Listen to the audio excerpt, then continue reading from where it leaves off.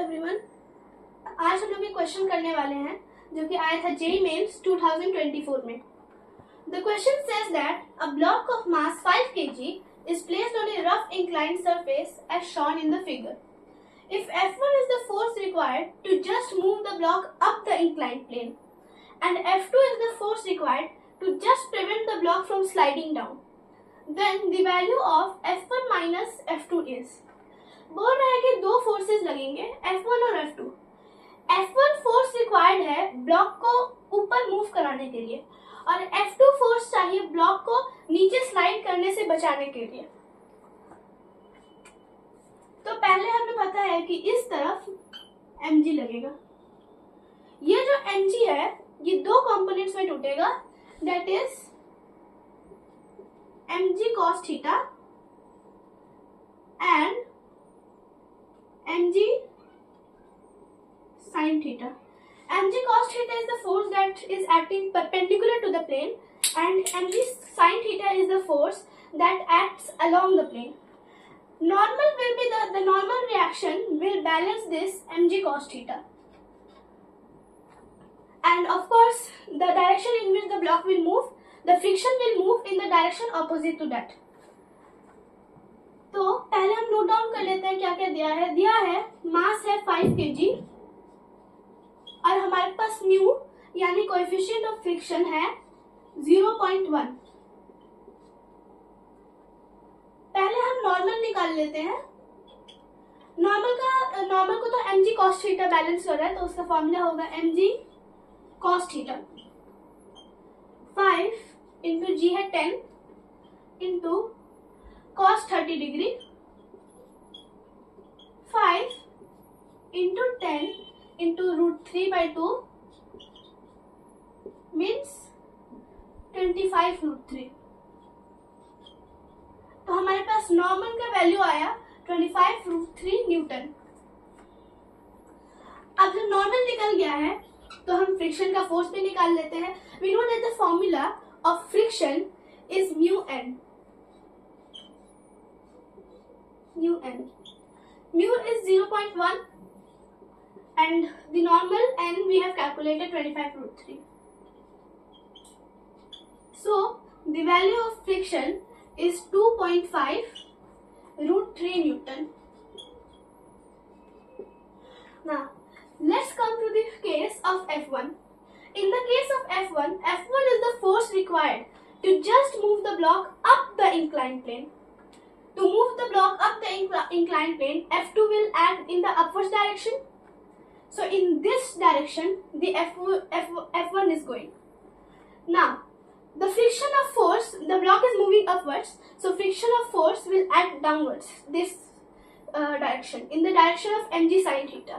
तो हमारे पास फॉर्मूला बनता है F1 is equal to mg sin theta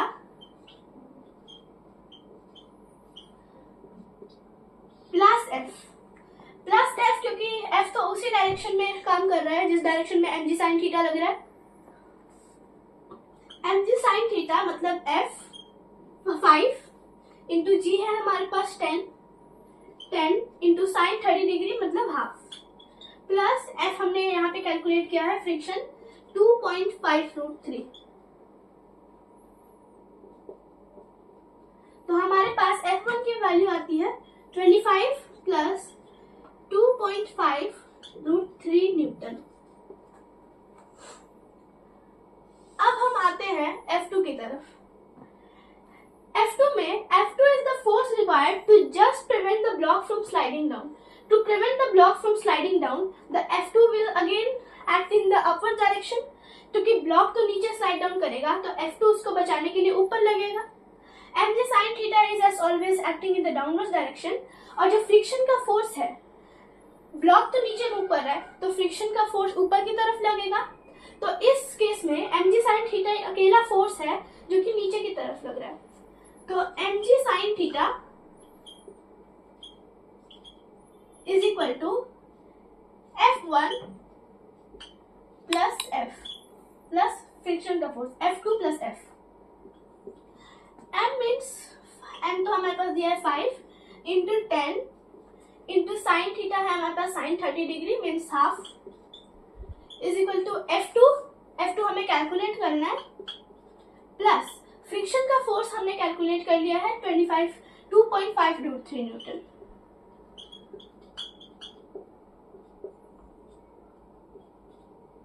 तो हमारे पास आता है 25 is equal to F2 plus 2.5 root 3।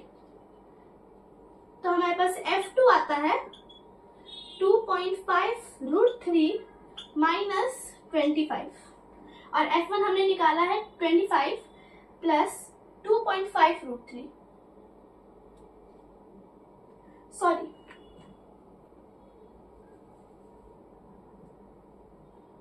25 minus 2.5 root 3 newton और F1 हमने निकाला है 25 प्लस 2.5 रूट 3 न्यूटन। अब हम आते हैं क्वेश्चन के बिल्कुल फाइनल पार्ट की तरफ। क्वेश्चन क्या पूछ रहा है? F1 minus F2 minus F2 this is what the question is asking. तो F1 की वैल्यू हमारे पास आ गई है 25 प्लस 2.5 रूट 3 माइनस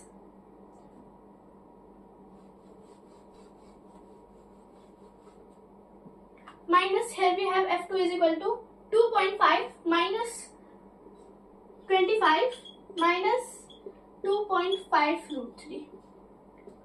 अब बस हम इसे कैलकुलेट कर लेंगे। Minus 25 minus minus plus plus 2.5 root 3 this 25 will get cancel. तो हमारे पास फाइनली आंसर आता है 2 into 2.5 root 3 means 5 root 3 newton. तो यानी कि F1 माइनस F2 का वैल्यू है 5 रूट 3 न्यूटन, जो कि इन सारे ऑप्शंस में से किसी में भी मैच नहीं करता है।